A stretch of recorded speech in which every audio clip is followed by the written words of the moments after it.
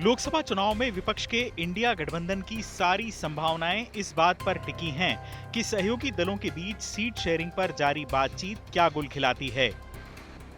आखिरकार कांग्रेस ने इसके लिए बाकायदा एक समिति बनाकर अलग अलग राज्यों में विपक्षी दलों से बातचीत करना शुरू कर दिया है। लेकिन पार्टी की राह न उत्तर प्रदेश में आसान है, न बिहार में, न पंजाब में और न ही झारखंड और पश्चिम बंगाल में।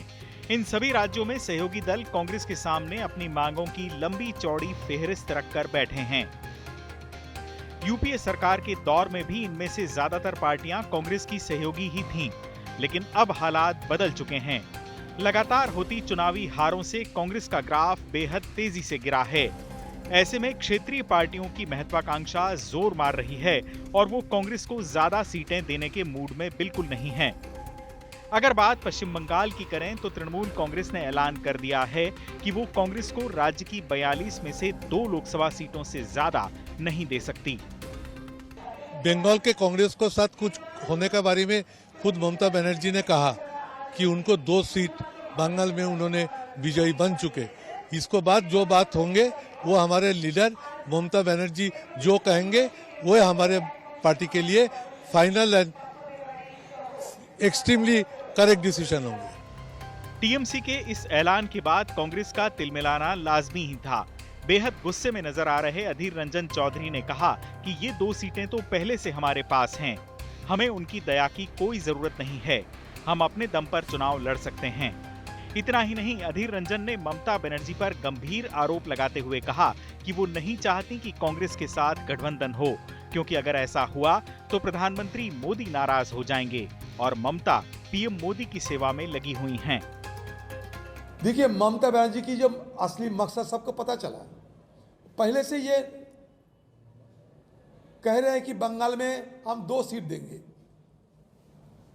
और वो 2 सीटें जहां हमारे जीत पहले भी हो चुके हैं और 2 सीटें जहां कांग्रेस एमपी है, तो हम क्या नया चीज देते हैं। और ये 2 सीटें हम जीते थे ममता बनर्जी को और बीजेपी को हराकर, तो क्या दया करेंगे हमें? क्या दया करेगी ममता बनर्जी? उनकी दया को कौन भरोसा करती है? दरअसल अधीर रंजन चौधरी चाहते हैं कि ममता बनर्जी राज्य में कांग्रेस को 7 लोकसभा सीटें दें। ऐसे में सवाल यह है कि एक राष्ट्रीय पार्टी को ममता बनर्जी केवल 2 सीटें ही क्यों देना चाहती हैं? इसका जवाब पिछले लोकसभा चुनाव में कांग्रेस के प्रदर्शन से मिलता है।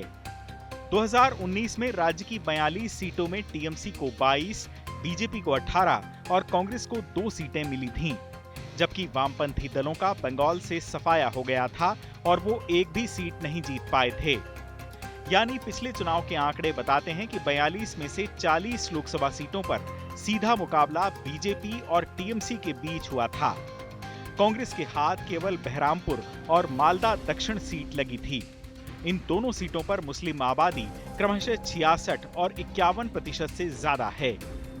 इतना ही नहीं, बंगाल की 34 सीटें ऐसी थीं जहां कांग्रेस उम्मीदवारों को 10% से भी कम वोट मिले थे। यानी दोनों दलों के बीच सीटों के तालमेल पर बातचीत के समय कांग्रेस की मांगें ठुकराने के पीछे ममता के पास ठोस कारण होंगे। इधर कांग्रेस सीटों के तालमेल पर अभी थोड़ा और इंतजार करने के मूड में है। इसका कारण है आने वाले दिनों में राहुल गांधी की भारत जोड़ो न्याय यात्रा। ये यात्रा लगभग 2 महीनों में 15 राज्यों की 100 लोकसभा सीटों को कवर करेगी।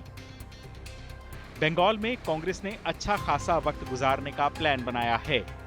ये यात्रा राज्य में 500 किलोमीटर से ज्यादा की दूरी तय करेगी और ऐसे कई जिलों से गुजरेगी जो पहले कांग्रेस के गढ़ हुआ करते थे।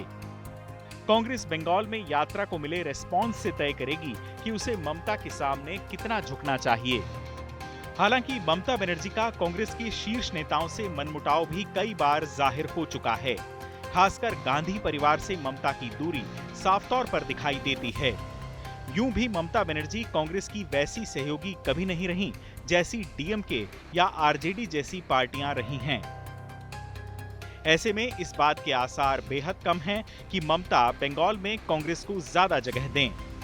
कांग्रेस की एक परेशानी यह है कि वो किसी एक राज्य में अगर सहयोगी दल के सामने झुके तो इसका असर दूसरे राज्यों पर भी पड़ सकता है। ममता के सामने झुकने पर यूपी, बिहार और पंजाब जैसे राज्यों में भी कांग्रेस पर गठबंधन के दल सीटें छोड़ने का दबाव डाल सकते हैं। बहरहाल अगर पश्चिम बंगाल में कांग्रेस और टीएमसी गठबंधन टूटा तो ममता दूसरे राज्यों में भी विपक्षी कुनबे को कांग्रेस से दूर ले जाने की कोशिशें कर सकती हैं। यानी यहीं से कांग्रेस तृणमूल में पड़ी दरार इंडिया गठबंधन में बड़ी टूट का कारण बन सकती है। चुनाव आज तक।